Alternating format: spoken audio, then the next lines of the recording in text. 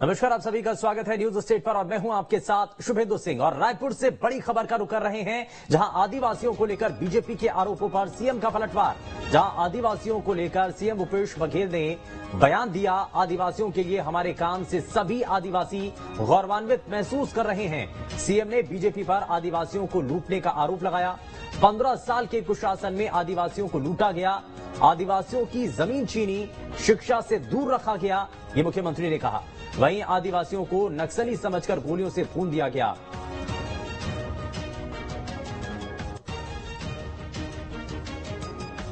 आदिवासियों के लिए हम लोगों ने जो काम किया है, आज प्रत्येक आदिवासी अपने आप को गौरवान्वित महसूस कर रहा है। पूरे छत्तीसगढ़ गौरवान्वित महसूस कर रहा है। 15 साल के कुशासन में आदिवासियों को लूटा गया, उसे उसकी जमीनें छीनी गई, उसको शिक्षा से दूर रखा गया, उससे इलाज से दूर रखा गया।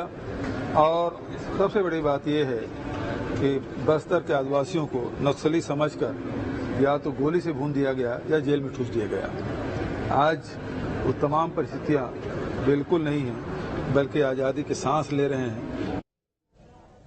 और ज्यादा जानकारी के साथ हमारे संवाददाता अंकुश जुड़ चुके हैं। अंकुश, आदिवासियों को लेकर के मुख्यमंत्री भूपेश बघेल का जो बयान सामने आया है, चुनाव से पहले ये बड़ा बयान भी है और ये बताता भी है कि आदिवासियों को साधने के लिए सभी दलों का पूरा फोकस है।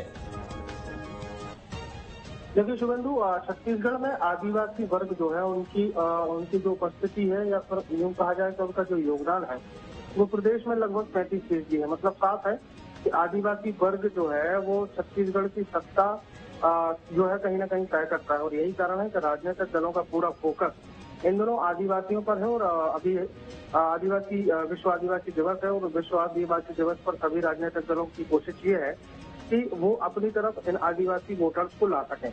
यही कारण है कि चाहे वो सत्ताधारी दल हो चाहे विपक्षी दल हो, सबके बयान अलग अलग नजर आते हैं। और मुख्यमंत्री भूपेश बघेल ने एक बार फिर से भारतीय जनता पार्टी पर निशाना साधा और उन्होंने कहा है कि छत्तीसगढ़ के आदिवासियों के लिए छत्तीसगढ़ सरकार गौरव दिवस मना रही है, लेकिन 15 सालों तक आदिवासियों के ऊपर अत्याचार किया गया, आदिवासियों के ऊपर ध्यान नहीं दिया गया।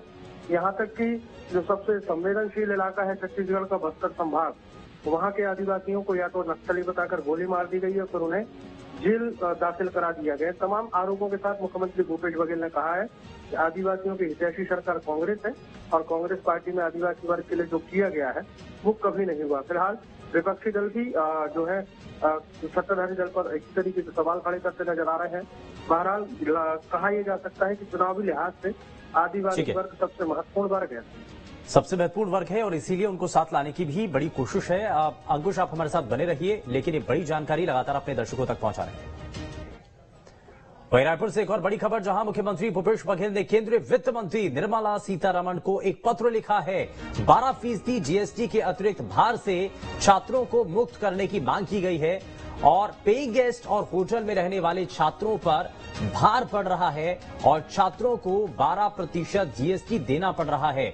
और इसी को लेकर के केंद्रीय वित्त मंत्री को एक चिट्ठी लिखी गई है, एक पत्र लिखा गया है और यह बताया गया है कि छात्रों को 12% जीएसटी देना पड़ रहा है। और अंकुश, हमारे संवाददाता लगातार बने हुए हैं। अंकुश, क्या अभी तक इसी से जुड़ी जानकारी मिल रही है? चिट्ठी लिखी गई है?